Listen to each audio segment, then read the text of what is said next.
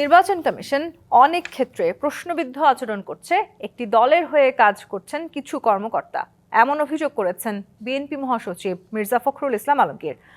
আর 3টি দাবিতে নির্বাচন কমিশনের সামনে বিক্ষোভ করেছে ছাত্রদল। দাবি আদায় না হওয়া পর্যন্ত কর্মসূচি চালিয়ে যাওয়ার ঘোষণা দিয়েছে সংগঠনটি। নির্বাচন কমিশন ভবন ঘেরাও কর্মসূচি দেয় ছাত্রদল।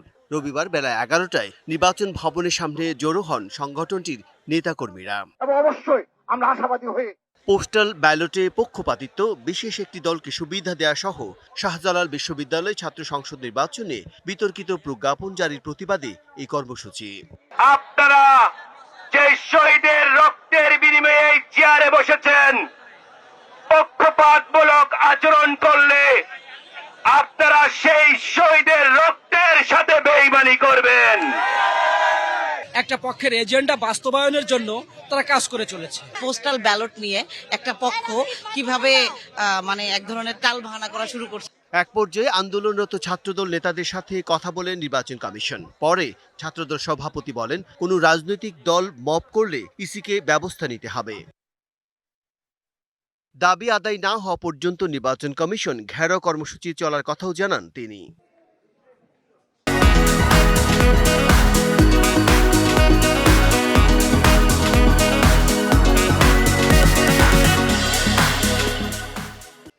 এদিকে সন্ধ্যায় নির্বাচন ভবনে সিসির সাথে বৈঠক করেন বিএনপি নেতারা। জামাতে নির্বাচনী কর্মীরা বাড়ি বাড়ি গিয়ে এনআইডির কপি, বিকাশ নম্বর, মোবাইল নম্বর সংগ্রহ করছে, যা ব্যক্তিগত গোপনীয়তা ভঙ্গ, ক্রিমিনাল অফেন্স। এই বিষয়ে আমরা ইতিপূর্বে আচরণ বিধি ভঙ্গের আপত্তি জানিয়েছি। এই বিষয়ে জরুরি পদক্ষেপ গ্রহণ করা বলে আমরা প্রয়োজন বলে আমরা মনে করেছি এবং সেটা আহ্বান জানিয়েছি।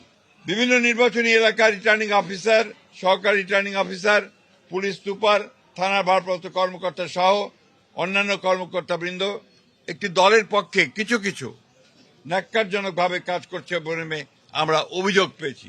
বিএনপি মহাসচিব বলেন, কিছু সমস্যার সমাধান করলে এই কমিশনের পক্ষে সুষ্ঠু নির্বাচন সম্ভব।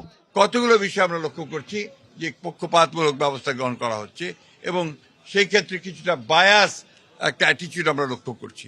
আমরা সেটাকে পরিত্যাগ করে সম্পূর্ণ নিরপেক্ষভাবে কাজ করার জন্য তাদেরকে অনুরোধ জানিয়েছি। Bijan Kumar Das, DBC news, Dhaka.